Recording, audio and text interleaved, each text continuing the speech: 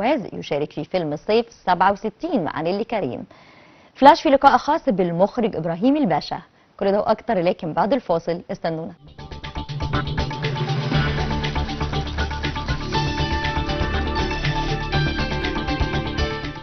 المخرج إبراهيم الباشا درس بكلية الحقوق جامعة عين شمس وبدأ مشواره من خلال مسرح جامعة عين شمس. قدم إبراهيم الباشا العديد من الأعمال المسرحية على مسرح ساقية الصاوي، وكانت أولى مسرحياته مسرحية الضلال. قدم في أولى تجاربه كمخرج للسينما فيلم أفندينا واللي تم تقديمه في 2019، وشارك بالتمثيل في الفيلم إلى جانب عدد من الفنانين منهم الفنان شعبان عبد الرحيم والفنان أحمد عزبي ونرمين ماهر. تعالوا مع بعض نشوف لقاء كاميرا فلاش بالمخرج إبراهيم الباشا، نشوف هيقول لنا إيه ونرجع لكم مرة جديدة.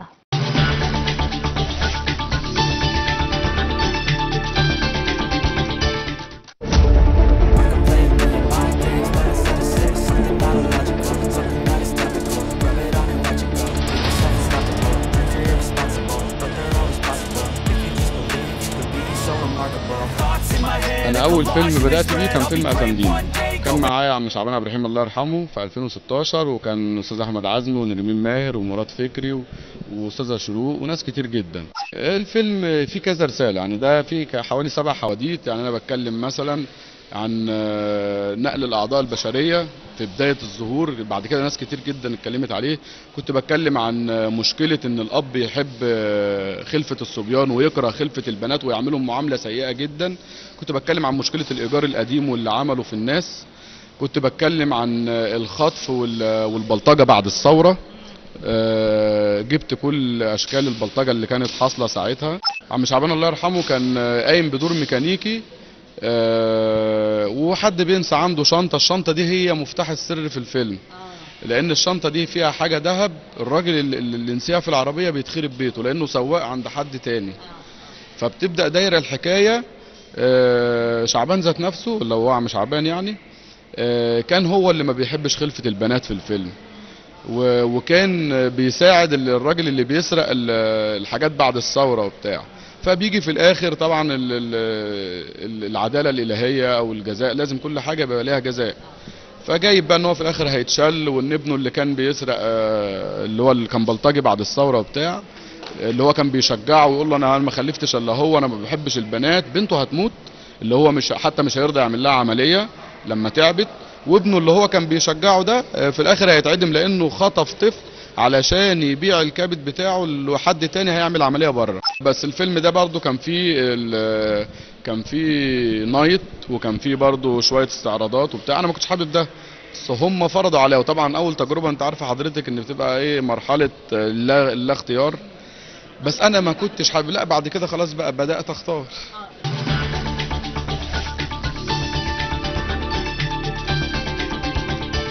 لسه مكملين لقائنا مع المخرج إبراهيم الباشا، واللي قدم مجموعة من الأفلام القصيرة منها فيلم كان نفسي. قدم أيضا أفلام جريمة دوت كوم، قدم فيلم راس الأفعى واللي تم تقديمه في 2020. قدم فيلم ليلة قمرية وهو من نوعية أفلام الرعب، وشارك في بطولة الفيلم أحمد عبد الله محمود وهاجر الشرنوبي بالإضافة إلى الفنان الكبير صبري عبد المنعم. أيضا قدم فيلم فيلا 9 وشارك في الفيلم الفنان الكبير أحمد سلامة ومحمد سليمان ومحمد نجاتي وندى بهجت. تعالوا نكمل كلامنا وكمان لقائنا بالمخرج إبراهيم الباشا وارجع لحضراتكم على طول.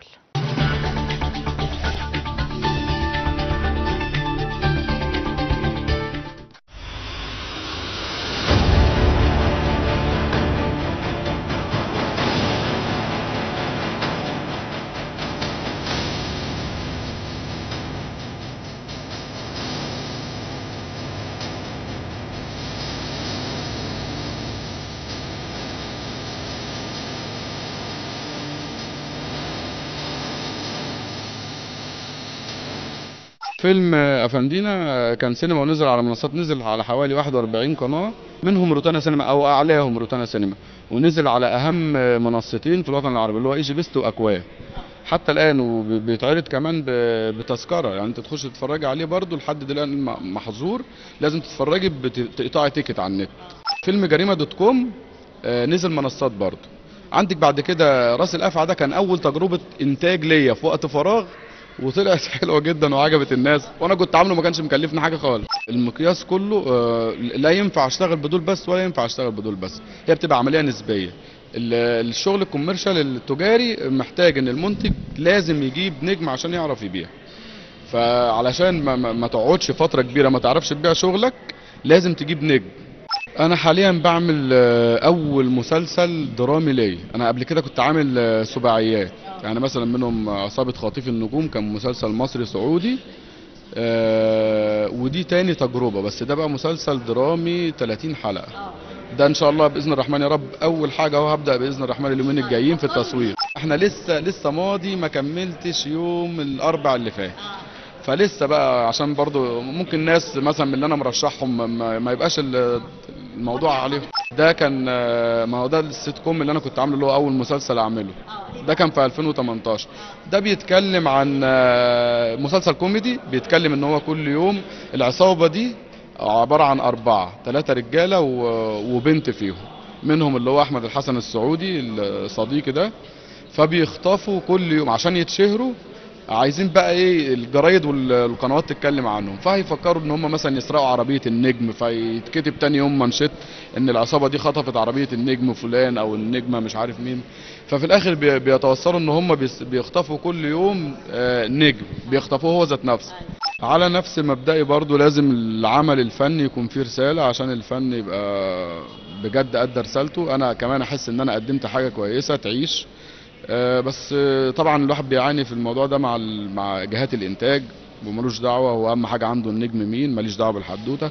وللاسف التوزيع بقى كده دلوقتي، هو ملوش دعوه باي حاجه، وريني مين معاك ومعاك كام لوكيشنز، وعايز اشوف الموضوع ريتش، بس هو ده اللي يهمه. المنصات فادت ناس كتير جدا عن العقود اللي فاتت الماضيه. المنصات دلوقتي سهلت، وبعدين كمان بقت ليها مندوبين في كل بلد، فالموضوع دلوقتي بقى احسن. يعني كان في الفتره اللي فاتت مثلا بعد 2010 او 2011 كان في ناس لازم تاخد الشغل من هنا وتسافر بيه عشان تقدر تبيع وتعرض، لا المنصات دلوقتي ليها مقرات في كل بلد، فبيقدر يتواصل معاك من خلال التريلر، يتفرج يقول لك طب يحدد ميعاد، بعد كده يعملوا لجنه مشاهده كليه للعمل ككل، ويبدا من هنا يعرض لك. فالموضوع بقى اسهل. انا بحب جدا جدا ومن صغري كريم عبد العزيز واحمد عز، بموت فيهم.